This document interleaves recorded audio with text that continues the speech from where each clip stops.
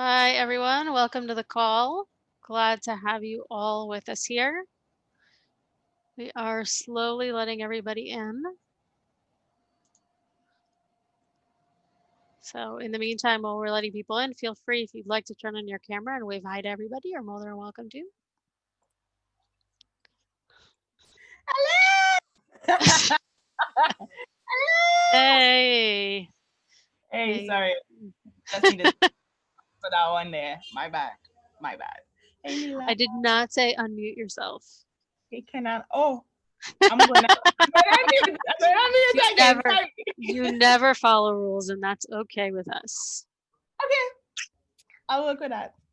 So, what's up, Hannah? What's up, Leela? What's up, Kenan? What's up, Emily? Emily. Oh, and hi, everybody else. Oh, Emily is our translator into French, which is why you can't hear her. For those of you who are hoping for translation into French and into Spanish, go to the little globe on the bottom and click Spanish or French. That will direct you to Emily in French and Layla in Spanish, who you guys can say hi so they know that they're on the right place and they can actually hear you. Hi, everyone. Wonderful. Te escuchamos, Leila. Okay. Keep reminding you if you're looking for Spanish or French, click on the globe, go to Spanish or French. Got lots of people joining us, which is wonderful. And what I'm going to do is while we are waiting for people to join us, I'm going to launch us on a poll. And that poll is going to have the following question, which is, where are you from? So all you have to do is click the right one. It should show up on your screen right now. Just let us know where you're from.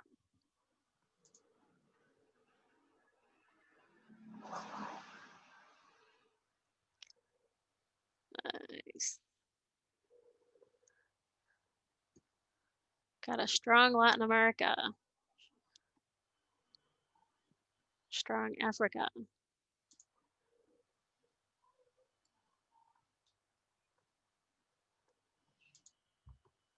Very cool. And wonderful. Also, you can introduce yourself. We'd love for you to introduce yourself in the chat. Feel free to say hi to each other.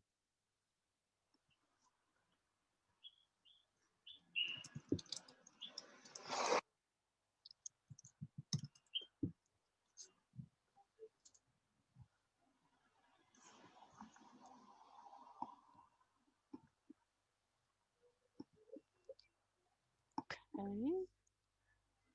Gonna give it one more minute and then we are gonna get started to respect everyone's time.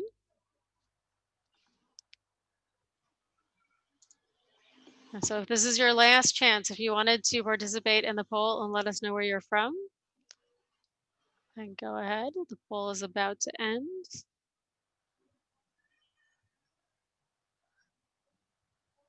Well, with about 80% of the people currently online, and I will say there are constantly people coming on and joining us. Let's see what our results are. Very cool. So I'm hoping that everybody from Latin America who needs translation is joining us. Okay. Okay, so I want to get us started. We've got constantly people joining in, which is fantastic. And I want you to really feel free to share your who you are and where you're from. Say hi to each other in the chat. We'd love to hear from you. I can tell you that personally, I go back and I look at the chat afterwards, even after this all starts, after it all happens. But I know that it's a great way for many of us to communicate. So before we even get started, I want to show you a short video. Make sure to up your volume on your computers as high as possible. In our test before, it was a little low, even though our volume here is at full volume. So here are some instructions for our call. Hello, and welcome to the Global Leaders Learning. We are excited to have you here, leaders from all over the world doing good. Here are a few things you need to know about this call. For the next 75 minutes, we will hear from different representatives who will share, learn with us, and inspire us all. We want to hear from you as well. Please use the chat below to say hi to your fellow leaders, tell us where you are from, and ask your questions. This call will be held in English. For those who need translation, we offer French and Spanish. For those who need translation, click on the globe on your screen and choose the right option for you. Once you choose your language, you will hear your translator's voice at 80% volume with English softly in the background. If you prefer, you may click on the option Mute Original Audio right below the translation options to hear your translation at 100% volume. As you already saw, we will have polls on this call. When they show up, pick the right answer for you. Sometimes you may choose more than one answer. Feel free to do so. We want to hear from you. Are you ready? We are. So let's get started. Hello. Okay, so welcome everyone to our first Global Leaders Learning Call. We're happy to have you with us today.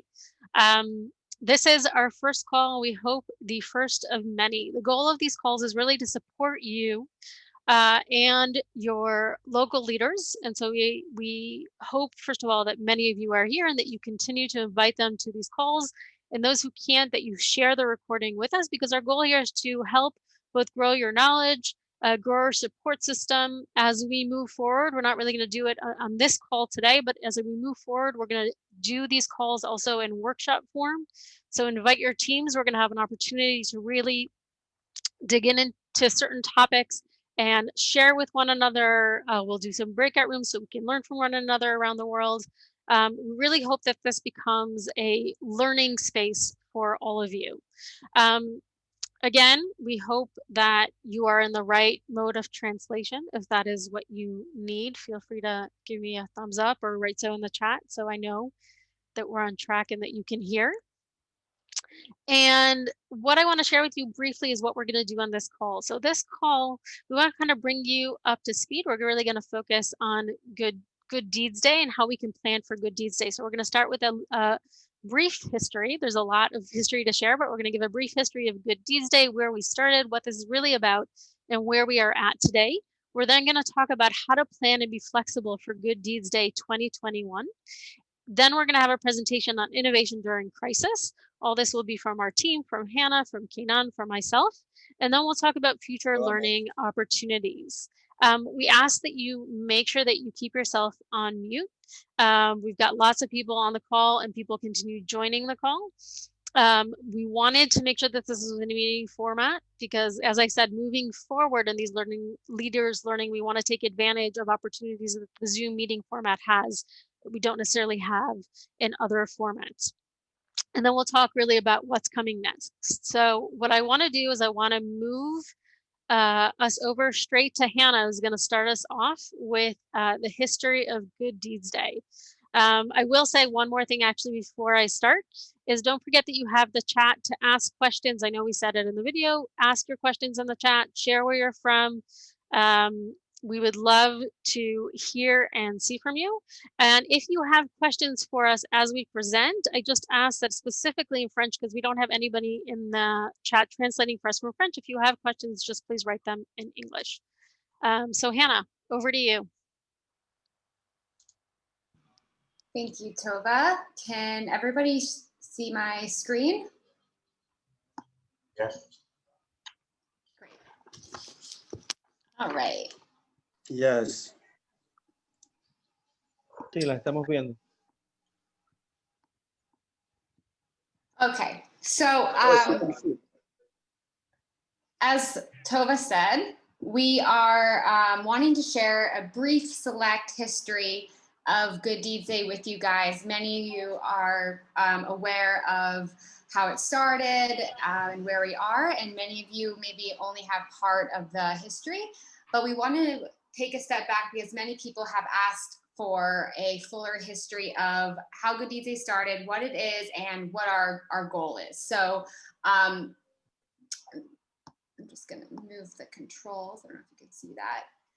Okay, so Good Deeds Day is a simple idea that each of us can do something to positively change our world. It is a global day of doing good. It is a network, and it's an easy way to get involved in doing good. So it's very low entry, low barrier. And oftentimes we find that people connect the idea of doing good as opposed to volunteering. Good Deeds Day was started by a nonprofit organization called Ruach Tova. Ruach Tova is a volunteer center in Israel that connects between people who want to volunteer and organizations that are in need of volunteers. And Good Deeds Day, the idea of Good Deeds Day came about 13, 14 years ago when the nonprofit was thinking, how can we connect more people to volunteering? How can we get more people involved in Israel in doing good? And so our solution to this issue, or first let me take a step back and say, as we asked around, Hannah? and Hannah, can you hear me? We seem to be having a problem with the slides switching. So why don't you stop sharing and I'll try to share on my end. Okay, let's see.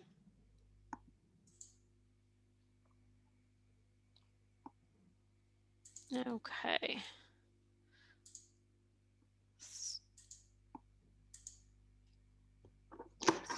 Okay, so you just let me know when you want me to switch and I'm all yours. Okay, so you can advance to the next one. Okay. Okay, so basically as we started thinking about how can we connect people to volunteerism, we did a survey and we asked around, and we found that there was basically two main reasons why people were not volunteering.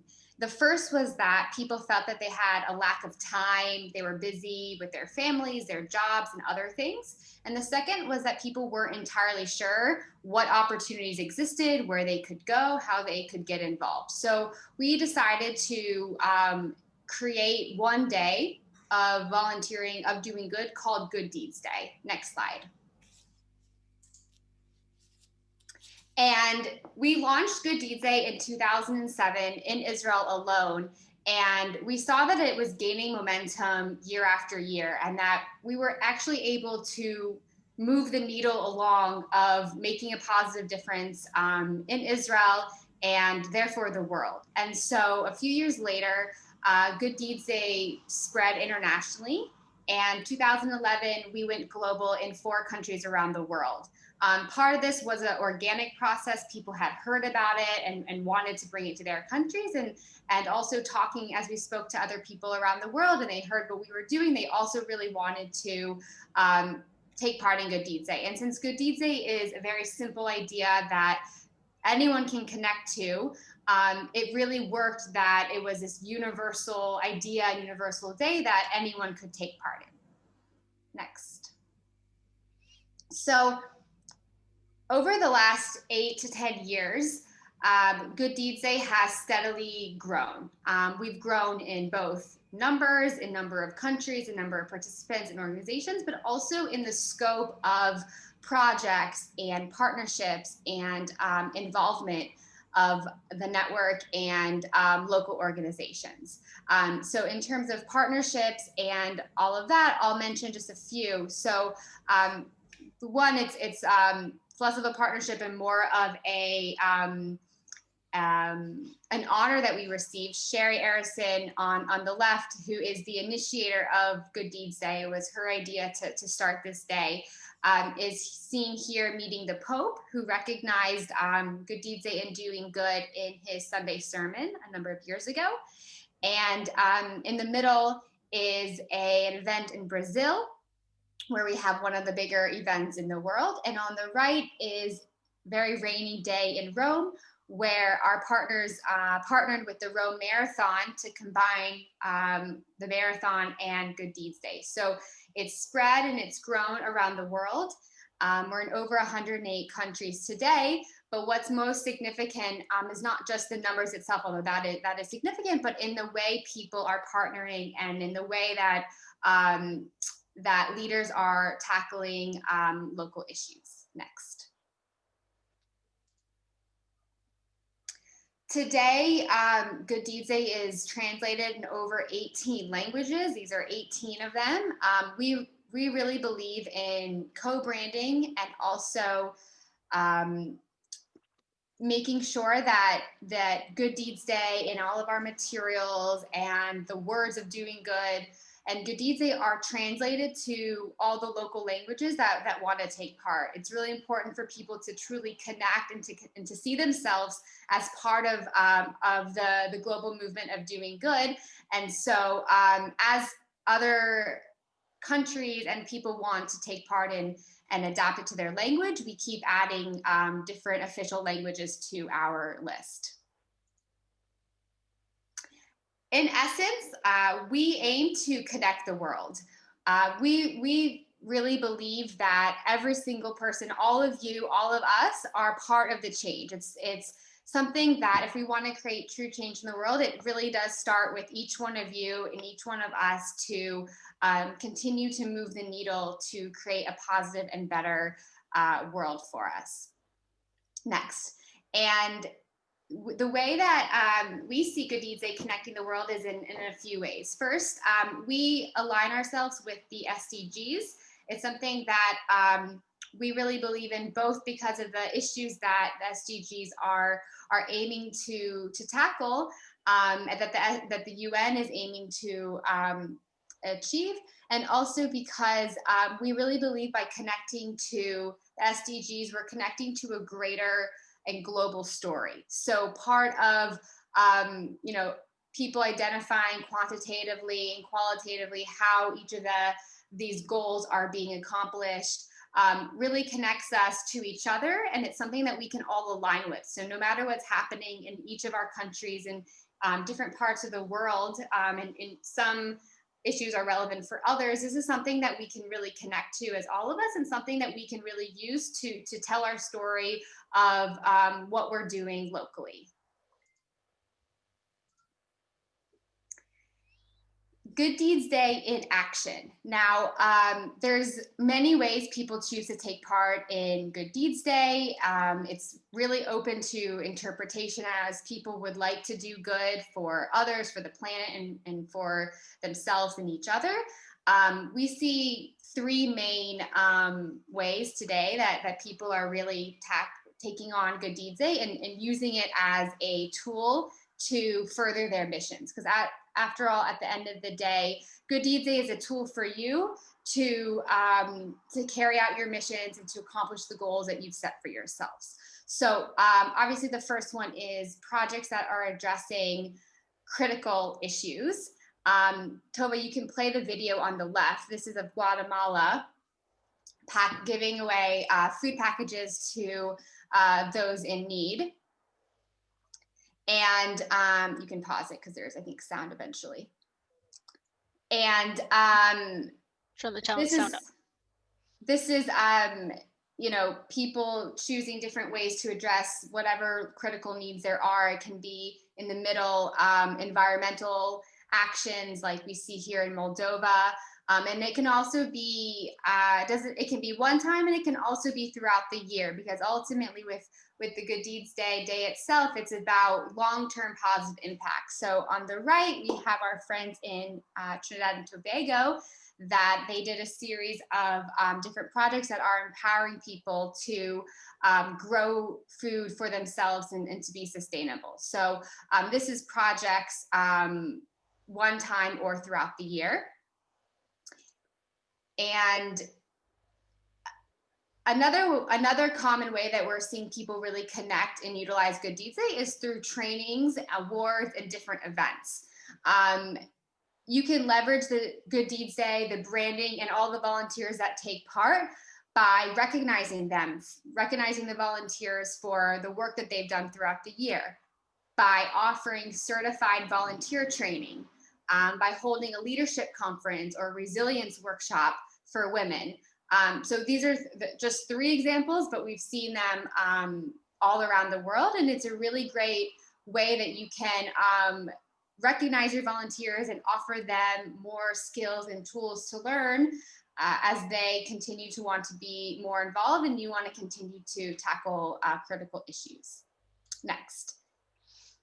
And finally, many of you have taken part, many of you have seen these, but these are the big events that, of course, have been put on hold due to COVID, but have been taken part for years, and I'm sure will resume when it's safe to do so.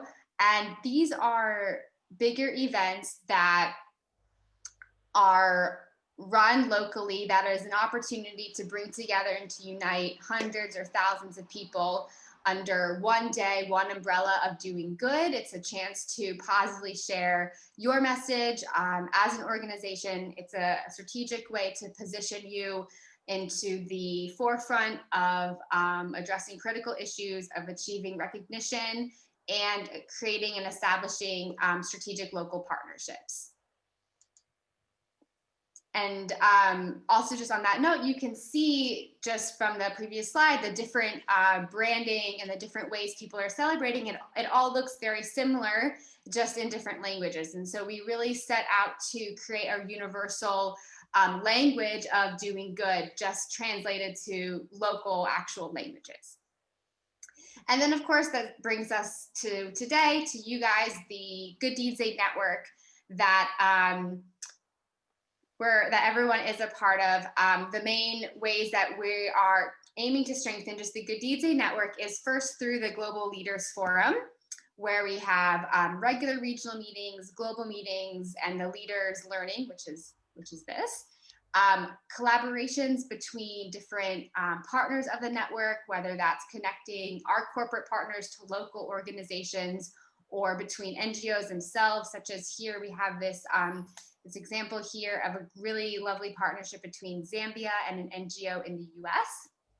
And of course, through local conferences and convenings that we've run in the past, and we will continue to do so just virtually for now. And so over the years, Good Deeds Day has grown and evolved. And in the major way, it's become a initiative that is done all year round as a strategic way to, in essence, make our world a better place and to continue to tackle these different issues, whether they're part of the SDGs or part of your mission. Good Deeds Day is a tool to use throughout the entire year to get more people involved in volunteering and to continue the work that you're doing. And the Good Deeds Day itself is a great peak day to invite more people to the fold. And the last thing I want to share is a quote from Sherry Arison, the initiator of Good Deeds Day, that really kind of sums up Good Deeds Day nicely, and the network that we have created and that we are creating with all of you together. And that's, I believe we all want the same thing. It doesn't matter who you are or where you're living. We all want to be healthy, happy, to live in peace and prosper. So that's a Good Deeds Day history in a nutshell in what, 5-10 minutes. We couldn't include every single thing, but that's just to give you a fuller picture of how we started and where we are today, and what we aim to do together with all of you. So thank you.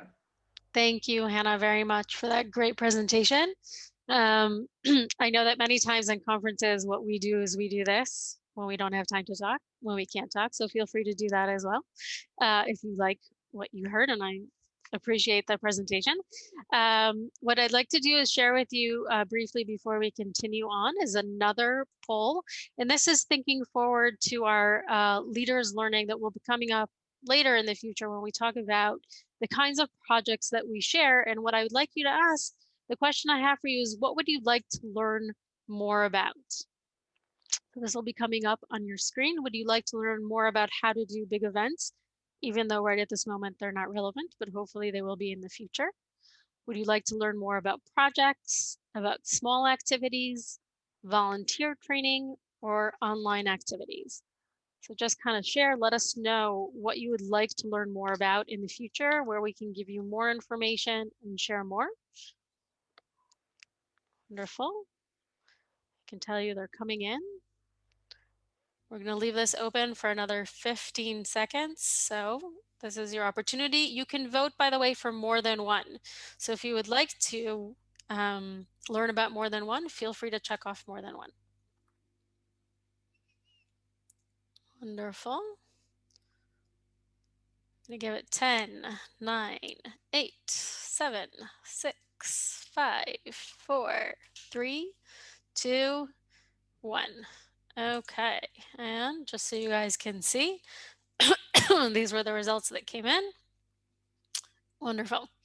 Okay, we take this information, by the way, I appreciate you sharing, because this helps us. Our goal in our presentations and conversations with you is really to meet your needs and teach what is most important to you. So the more you share with us, whether it's here in this forum or in general, we appreciate it. So what I'd like to do now is I'm going to share with you, and I hope you guys can see. And I'm looking to the side because I have you guys up on another computer just to make sure that it is showing. And what I want to talk to you about now is how to plan and be flexible for Good Deeds Day 2021. So we're moving forward with Good Deeds Day 2021 on April 11th, 2021. It feels in some ways far away and in other ways very, very close. I don't know if you're like me, but I've lost all sense of time with COVID. So it feels like it's going to be tomorrow. And we're moving ahead as usual because today, more than ever, good deeds are needed everywhere. And I think you all see that in the work that you do and that our continued work all year round, whether it's through Good Deeds Day or your own organizations. Every little deed that we do makes a difference. And the light that we bring into this world is really very important. And what we want to make sure that is clear to you is that staying safe is our number one priority. Because if we are not safe, we cannot help others. So please make sure that whatever you do and in whatever way that you plan, you make sure that you are planning safely. Here are some things that I think that you should be thinking about as you're thinking ahead to 2021 and basically planning through a pandemic. So I'd like that our motto is planning ahead and planning flexible. So we are going to plan ahead, even though we don't really know what life is going to look like in April for any of us. Many of us have gone through the process of being on lockdown, then opening up, then being on lockdown again. Some of you have just entered another lockdown. I know we here are just emerging out of a lockdown, and it makes it challenging to plan. And therefore, I want you to think in the first stage, the first part of planning that I'd like to encourage you to do is to do a needs assessment. Look at your community, think about what does my community most need right now? And then how can I creatively address that issue? And I'd like to share here a few examples. So first of all, the first one is from Kenya, where what they wanted to do was donate essential items. They had collected essential items to donate to an elderly home in Mundika. I'm probably pronouncing that wrong. And so what they decided to do was to do a charity ride, right? Bring joy and happiness throughout the 32 miles that they rode, ending up at the old age home and donating the essential items, right? So they both were able to raise awareness for doing good, bring happiness and joy throughout the process, and at the end of the day, meet the need, which is donating these essential items. Next, I want to show another model of bike rides. One of the things we see more and more is trying to create opportunities to volunteer outside and use fresh air. And so in Paraguay, one of the issues that they are facing is the dengue fever. And so what they did is they brought the community together. Many participated in this environmental ride, which goal was to raise awareness for dengue fever and how they can keep their homes clean, prevent breeding, right? And what they need to do, right? So they were able to engage the community, create a big event, raise awareness, again, all in the outdoors. The next one is in Nepal. Nepal has been doing lots of very interesting work and volunteering and helping the community in a lot of different ways. They have a large committee that comes together and works together, and they needed to find a way to meet virtually. So as you can see, even on the screen, some are on video, some are on phone, as we're doing now, coming together, being able to learn. Again, what is the need? The need is coming together to be able to plan. So you do it virtually if you can't do it in person. And the last one I want to show example for here, share the example for here is Good Jam Day, which happened by 30 volunteer centers across Russia, Ukraine, Belarus, and a few other countries who came together. 655 volunteers prepared and distributed 1,200 jars of homemade jam to the elderly community. Again, what was the need here? Trying to support and bring a smile to our elderly community, who we know is particularly affected by the loneliness and the challenges that they are feeling by the isolation of COVID. And so this was a way for them, they called it Good Jam Day, a way for them to bring them together. The next one is having a contingency plan. And you'll hear as I go through these examples is that many of them are very similar, right? How do we plan and yet have another option ready to go in case we can't do it? And here I want to bring two examples that did similar things, one in Japan and one in the Caribbean, where they had planned in-person meetings and had to switch them into online virtual events, right? In Japan, it was about the SDGs. In the Caribbean, they had both this 3-part series that was supposed to meet in person, which you can see online, and COVID-19. And the other one I want to briefly share with you has to do with a mentorship program. They had planned a mentorship program called Me Too We, where the idea was mentoring teens in their communities by people in the community who could then work with the teens, meet their parents, meet their community, help them during this challenging time. And suddenly we couldn't meet in person. And so they had to completely switch. They had to make sure they could get laptops for these girls. They had to figure out things like, how do you charge a laptop in a community where there's no electricity, right? If your village has no electricity, how do you charge a laptop? They had to deal with, how do you train mentors to work with their people in the field, right? With these girls in their community, but not in person, and still make it feel like something that is strong. So again, they took something, they didn't say we're going to throw it out the window, but they found a way to make it work, and it's been working successfully. They even secured some funding to go 3 months past what they had originally planned. The next part is adapting your plans. And here, I want to share with you a project that's been going on by our partners in Hands on London for the last 10 years called Wrap Up London, where they collect coats for the underprivileged and the homeless, the people who need coats more than ever. And when I was speaking to John about this project, one of the things that he shared is that they had considered maybe canceling this year given everything that's going on. And what they found was their community wasn't going to let them cancel this project. It's a project that is very important to many people. And just to give you a concept of what this is like in the scope of things, in the past, this happened in 24 towns across the country. More than 75,000 coats were collected every year by more than 2,500 volunteers. So we're talking about a very big project. And when we think about what's going on this year, they had many challenges. First of all, many of their volunteers are older and therefore at risk, and so couldn't come in person.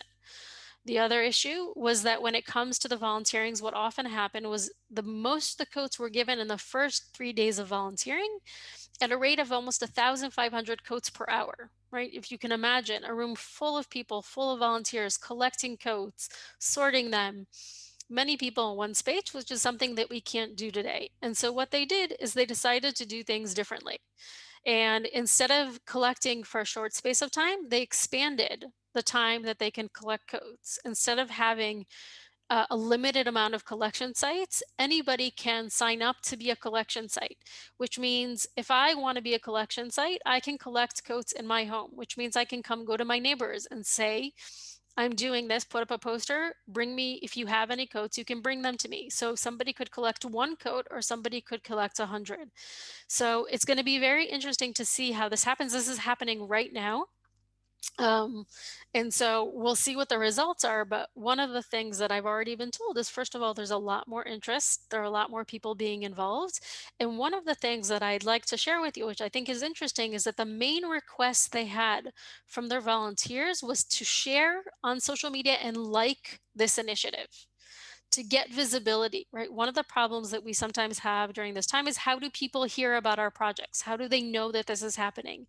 And so their main request from the people who are so supportive of this project was like and share this project on social media. So more and more people know that this is happening, and this has actually worked very well for them. The next one I'd like to share is BBYO. This takes us to the United States, and this is a youth organization. And what they decided to do was inspired by the Lady Gaga Foundation. They decided to create in September what's called the Month of Kindness. And the idea was that for 30 days, they would put out a calendar where every day people were encouraged to do one act of kindness. But what they did was, instead of creating a calendar with 30 acts of kindness and simply sending it to their people, they created it as a competition. And they encouraged all their teens to send in their idea for an act of kindness. So what ended up happening is they ended up getting thousands of ideas for act of kindness, right? Engaging their teens, encouraging them to do good. And part of the way that they did that was by creating competition. People like competition, even though, by the way, the prizes were tiny and almost non-existent, but it didn't matter. People wanted to be part of the competition. People wanted to be a part. They wanted to win. They wanted to be chosen as one of the 30 acts of kindness that would be shared around the whole organization. And that was a way for them to both move things online and get people invested and creating more good. The last one that I'd like to share with you is I'd like to encourage you to find fun and engaging ways to engage your volunteers. One of the things that we see amongst our volunteers right now is we're tired. It's been, about 8 months into the pandemic. People have been working very, very hard. We know of many NGOs that have shut down, which makes it even more challenging for others. And so it can be very challenging. So how do you create ways of engaging and encouraging people to do things in a fun way? And here I want to take you to Ecuador. And what they did with the COVID grant, they got a small COVID grant. And what they decided to do was do something very interesting. They said, let's take the limited funds that we have, divide them into two, and invite people on social media to present to us their acts of kindness, their good deeds, right? Share with us on social media your act of good deeds and make it a competition. They divided the group into two. And so we had one group, which was people who had already been involved in Good Deeds Day, right? So already our audience already are people who are doing good. And the other one was people who have not yet been involved in Good Deeds Day. So it was a way for them also to bring people in who were not part of Good Deeds Day before. And it was a competition. Whoever got the most likes basically won the grant. So they got lots of people doing lots of good things in advance and spreading good, and made a competition and a fun way out of it. So these are our ideas. By the way, if any of the ideas that I have shared today sound interesting to you, you want to hear more, you're welcome to reach out to the leaders in those countries. You can use us to help connect you. I'm sure they would be happy to share on how they've done what they've done. The last thing that I'm going to talk about, and as you guys all know, I hope by now, I talk a lot about partnerships, is I want you to always think about who can you partner with. All right, we don't have to do things alone. In fact, we're always better when we don't do things alone. So who are other NGOs that we can partner with, whether those NGOs are in your country, local, right, national, or international? Look at all aspects. Who can be a partner? Who's like-minded? How can we think better and more interesting? We like to be, as a people, we like to be part of something bigger. Look to your government. Where can your interest and their interests come together? And how can we partner together? And last, of course, is companies. Where can I find companies who are aligned with what I believe in, who are looking to do good? And there are many companies today looking to do good. How can I bring them into the picture to make that happen? So Thank you for bearing with me. And now what I'd like to do is bring up one more poll before we go to our last presentation. And the question I'm going to be asking is this: have you begun thinking ahead to Good Deeds Day 2021? And what issues your community most needs help with? So let me bring up that poll. And this is a yes or no question. Have you begun thinking ahead to Good Deeds Day 2021? And what issues your community most need help with?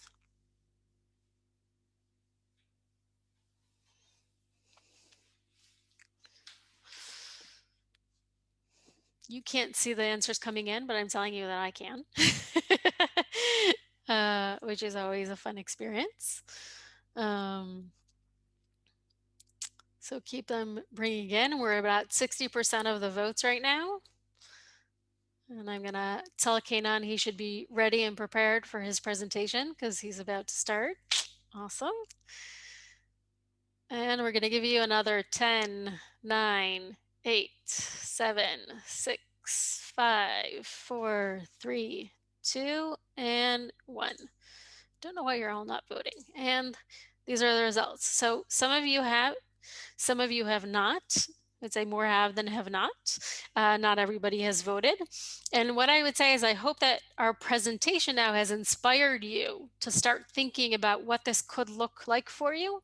And again, we're here to help you think through that process, and so are your partners in other places in the world. So make sure to use them. I would now like to pass on the baton. Here you go, Kanan. It's all you. Okay. Thank you very much. Can you see my screen? Yes. Is it okay? Okay, great. So thank you very much, everybody, for coming.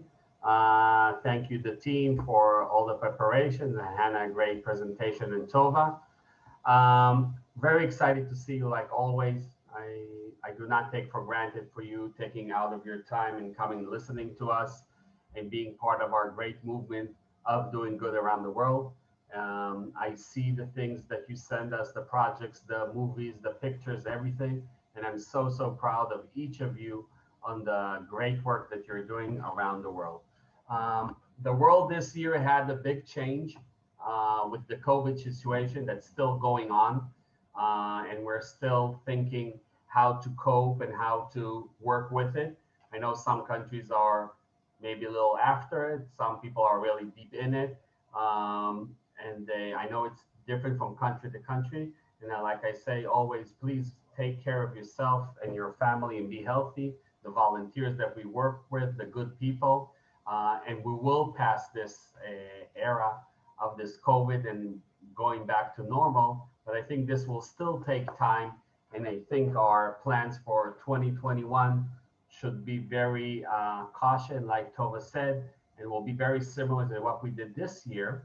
Small events, being flexible in everything. And I want to give you a little different on this perspective, talking about innovation during crisis. Because part of what we're doing all the time is to think about new ways to bring volunteering, thinking about new ways to do good, thinking about new ways to bring people into our circles. And this is our innovation. And I think in the time of crisis, innovation looks a little different. And I think it acts a little different. So I will want to talk about this and give examples about innovation. And I hope this 10-minute talk will help you a little when you come to a challenge or come to create something in your organization. You will have some maybe motivation or new ideas how to cope with it. So this is a little how our brain works now. Everything is exploding. You know, we have a big situation, small situation, or things like that. I think this is a lot of information that we get, new information that we get, and then we need to process all of this for the innovation. So I see this as a line between innovation and disruption. Okay. And I think we want to be now in the innovation side that's doing the same things but better. Okay, thinking about what we're doing and trying to do this better and not going to not going to a disruption and say, okay, nothing is working. We're not doing anything. This COVID is a whole big crisis. I don't know what to do. We're wiping everything out. We're doing everything now, something else or things like that. I don't think we need to go there. I don't think we need to be critical in that situation. And I don't think we need to do new things now because we don't know the situation is not clear and we don't know for some countries we don't know what's happening next week or another 2 weeks. But what we can do is doing what we're doing now, but better. Looking at the situation, short term, planning what we can do this better. First, with safety for volunteers and their health and their security, but then also, can we get, let's say, to the elderly population better? Well, how can we do this better? In the past, we would just send them everybody out and things like that. But now we cannot send a lot of people out. We cannot be in big crowds. We want to do social distance. So how do we do this better? Through Zoom, through letters, through sending maybe 2 people at a time, or thinking, how do we challenge or how do we cope with this situation with all the challenges that we have around? So I would suggest doing the same things, but better, and not going into say we need a new thing because everything changes so fast. I'll give you a few examples. You remember family. I don't know how it's in your country, but here in Israel, we wanted to do social distance from our elderly parents. So a lot of our meetings with our family was through porches. So we would stand on the street.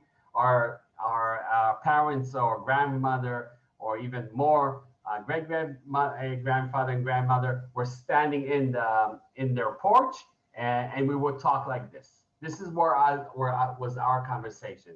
So on one hand, you could say, I'm not meeting them because I'm afraid they will get the COVID. On the other hand, this is a way that we can meet. Another interesting a way to have leisurely time. This came from Italy at first, and I know other countries adopted. People went out to their porch and started playing, and people came out and started singing together with the people that were playing. So this is another way to approach that. We don't have theaters, we don't have movie theaters, we don't have the people on the street singing, but from the porches, we can still have our social distance and have our culture and leisure through that. TV. I don't know how many of you know the great show Saturday Night Live. It's a great hosting show with all kinds of comedy. They very have they joke about the politics, things like that. They had a few shows that all the people were in their house. So yes, you can do a talk show, a comedy show that everybody's in their house through the Zoom or other technology and not in the studio. Because on the other hand, they could say, let's put a replay from last week. Let's play a replay from last month. But they did think how we can still continue doing what we're doing with the COVID situation. Another example, celebrating holidays. So all of us, when we celebrate a holiday, all the family and the bigger family comes. 20 people, 30 people, 50 people, 60 people. When people have big families. But now it's still different. It's me with my 2 children, and through the Zoom, through the computer, I see my parents. Not the best thing. I do want to have to celebrate the holidays with my family, but for now, this is the next best thing. So again, be innovative. How do I bring my parents, and we have a lot of technology for us today, still being in the celebration and still take care of each other. Another example of shopping. I don't know how many you went to start shopping online, but today you can get everything online. And you don't need to get out to the supermarket and to be in risk to get infected. So everything you can do by shopping online. And today you see more and more stores, not only food store, but everything that you want, you can get online. Industries. So I don't know how much you know, when they started the COVID situation, there was a lot of problems with getting analyzers, like helping breathing. in the hospital, all kinds of machines. And there was a big crisis in the world that there weren't enough machines in the world to give to hospitals to help people to breathe. So you see industries like Ford, that's a car industry, seeing how they can step up, help the world with the breathing machines. And they made in their industry, in the car industry, they found how they can build these machines, and that's what they did, and gave it out to the different hospitals. Again, how a different industry from a different thing, cars, saw situations, saw how we need help a in the health situation for the hospitals that needed a breathing machines, and because they're an industry, they know how things works, and this is not a very complicated machine, and they moved the whole line to make these machines because this is what was needed. City infrastructures. Interesting to hear from you. How many cities, because there's no cars now when they had a lockdown, no cars are moving, not a lot of people on the street, things like that, started to work on infrastructure that they can do because everything is empty now and they don't need to go when there is to stop traffic and things like that on a regular day. So this is a picture from Germany, if I'm not mistaken, but also in Israel, a lot of infrastructure work was upscaled in this time because there were no cars, nobody was out, so they could work freely and faster for that. And this example is paving lines for bicycles. So we saw this also in Israel and I know in other places in the world. And volunteering. How do we bring a lot of volunteers to help? Because in this COVID situation, we saw that a lot of new people need help now. So what you see here, this is a picture from Israel. This is a line of cars that you see in the end, you see a truck. In the truck, there were food packages, and the people did not go out of their cars. They came with their car, they got the food packages in a list of 4 or 5 families they need to bring the package and drove out like a drive-in. So they never had a connect. They had social distance from the other volunteers always, and they just had a whole line. In the past, we would go into the warehouse, we would carry our things like that. So changing again how we see the volunteering, how we do safe volunteering, but still people need food packages and how to do it right. So this is the innovation that I'm talking about. And again, this is another, I don't know if you have that in your country. This is from Israel, how to do a COVID test in the street. Because you don't want the people to come into hospitals. You don't want people to go into health clinics because maybe they have COVID, maybe not. So this is like, how do we do it on the street? Again, building this booth. We didn't have this booth before. Building this booth for the people now in this situation. I believe, and you heard me a lot through the years, the people that know me here for years, people that know less, but I'm sure you heard me about talking about what's called togetherness, team and partnership. We cannot do things by ourselves. We never can do it, even when it's not challenging as COVID, but for sure when it's challenging like COVID. Working together with other organizations, with other people, with the civil society, with the government, with businesses, together we're stronger. Together we can do more. This is what Tova talked also in her presentation, and I want to emphasize this again and again and again. Find the partners around your society. Find the partners here. We have 81 people here that represent, let's say, about 70 countries that are doing good work. Talk with them. You saw from the presentation that Hannah did, we have some cross-culture and cross-country collaboration. Use this. This brings motivation. This brings more new ideas. You don't have to think about everything by yourself. You have other partners here in the network and in your area. Use them. Even now in COVID when it's more critical, but also on a regular basis. I call this navigating the new normal, because what we have now, this is the normal. Okay, this is not like a crisis. Another month, it's finished, and we're going on regular. We have a new normal now, and this situation will probably take us for another year until all the vaccinations and everything, and the world will go back to the old normal that I'm not sure that it will ever come back. So these are a few R's that can help you with the new normal. So relax. Everything is okay. If you keep social distance, you wear a mask, you wash your hands, 90 something percent you will not get COVID. Okay? So relax, keep on doing what's right, and you're okay. Resolve. Give answers, give solutions. You can resolve things. This is not something that's bigger than you.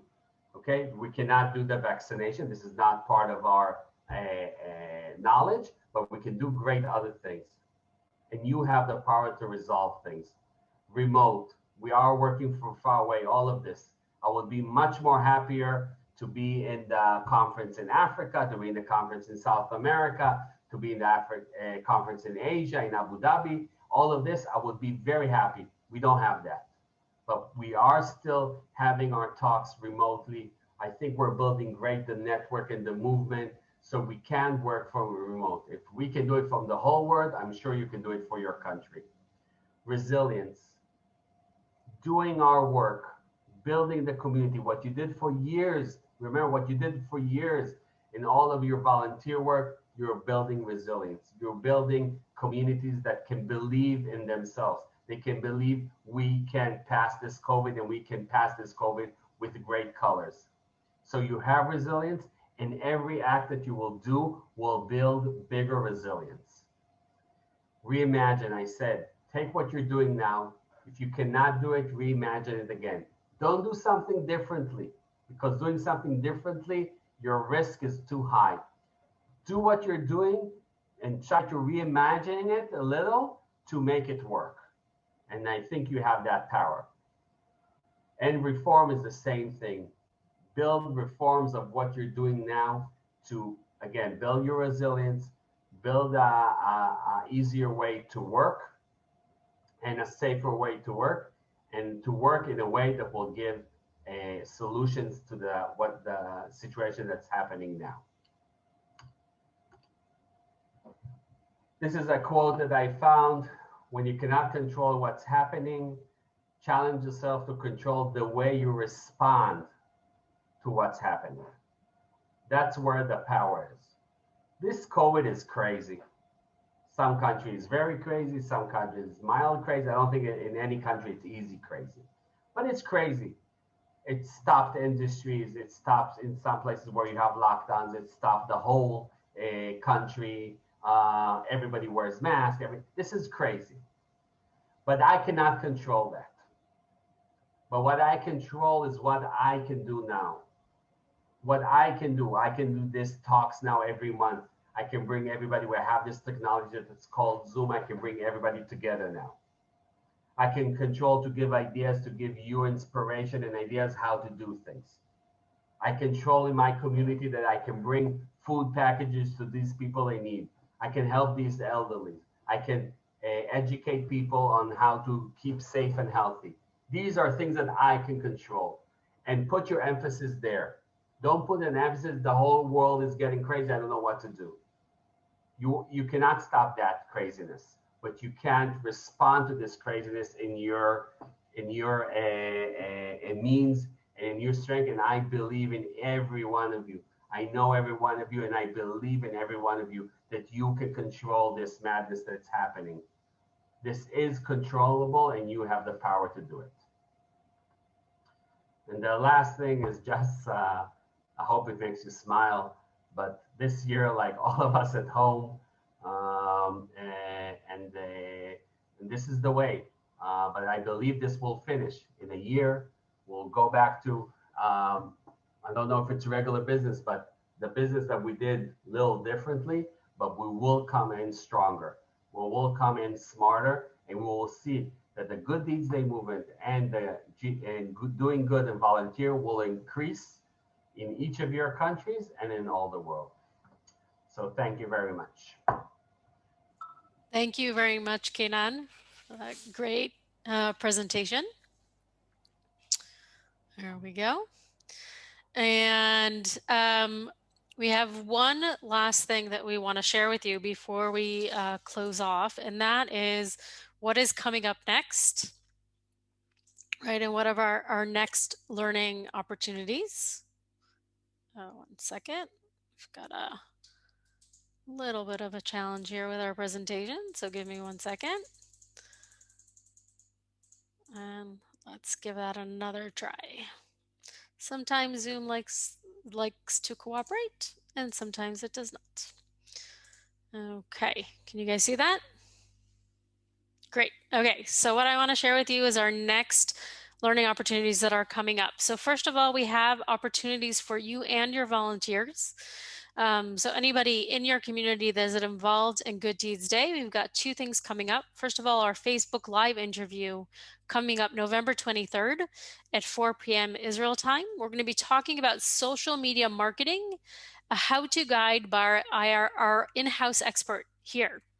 So if you like the social media marketing that we do, you want to be there. We're going to talk about really give you a how-to guide. How can you, as a nonprofit on a small budget who may not know what you're doing with social media marketing, how can you get started? Where should you invest your time, and in what way to be successful, and how can you measure success? So I highly recommend that you join this call. It's going to be fascinating. We've made sure to leave time for questions. So come and join us. And then our next one that I just want you to save the date. We'll be sending out something more official soon, which is our next global call, also for volunteers as well, an opportunity for us to just say thank you for everyone who's worked so hard, especially during the last 8 months, which will be on December 6th at 5 p.m. Israel time. And then our next Just Leaders opportunities. First of all, our next Leaders Learning will be on January 10th. We're going to talk about sponsorships, specifically on sponsorships during COVID and how we can manage during that time. We're going to have an opportunity to break into groups. We're going to do some workshopping together. And really also get to know the other people, other leaders around the world, as well as learn from some experts. And then you each have your own regional meetings coming up, each one in their own community. So I want to officially thank you for taking the time being with us here today. I want to thank Hannah and Kenan for their presentations. It's been inspiring for me to listen. I know that each and every one of you has done amazing projects. I can tell you that when I was trying to figure out what to share on mine, it was very, very difficult to choose because there is so much to choose for. You guys, you are doing incredible work, inspiring work around the world, and we thank you, and the world thanks you. I thank you for the world. Yes. 1 second before we close. You have anything else? Absolutely. No. There was one question from Africa about innovation and internet, and I think it's not only from Africa; it's probably from other remote areas in every country that the internet is not very strong. So for sure, that's a bigger challenge now. Okay, for sure, if you cannot remotely access your friends, your colleagues, the people that you help through the internet, so it's more challenging. So I think we should think about how we can get to these remote areas and spread the word. So maybe it's things that they did in Ghana and also in Kenya, taking a car for volunteers that you're checked that everybody doesn't have COVID, going with a car and spreading the word.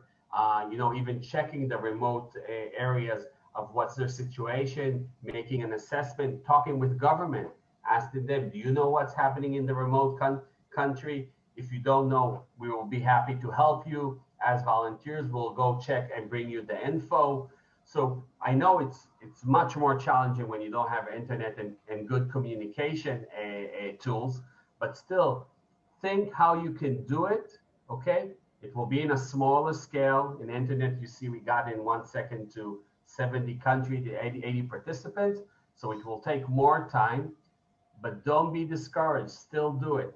The people that live far away from the centers still should get a good education, should get the awareness about COVID and how not to get COVID, and we should know what their needs are for us to give solutions. So there are probably more ideas how to do it, but remember again, you have most of you I know have a network of volunteers around the country. So even if you don't have internet, maybe you still have some kind of representative in the remote, in the rural area. So use them also. But I know this is a big challenge, and again, big challenges, big solutions. Yeah, and I'll just piggyback on that for those of you who heard Herbert Levy from our representative from Microsoft Caribbean, who shared on both the World Leaders Call and as well on his Facebook Live. If you haven't seen it, go back and check it out. He shared about an initiative that Microsoft has called Airbands to bring connectivity to rural areas. So if you haven't connected to that initiative or not aware of it, then look at the links on our Facebook Live. We have links on how to find out more. So you can take advantage of those free solutions for you.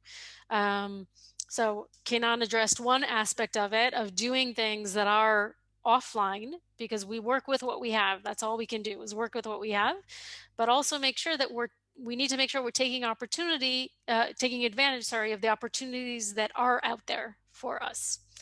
So thank you for that reminder, Kenan. Thank you everyone for joining. You can feel free to unmute yourself, turn on your cameras, say goodbye, and thank you. It's been great being with all of you, and I look forward to seeing you all soon. So Bye, everyone. Thank you.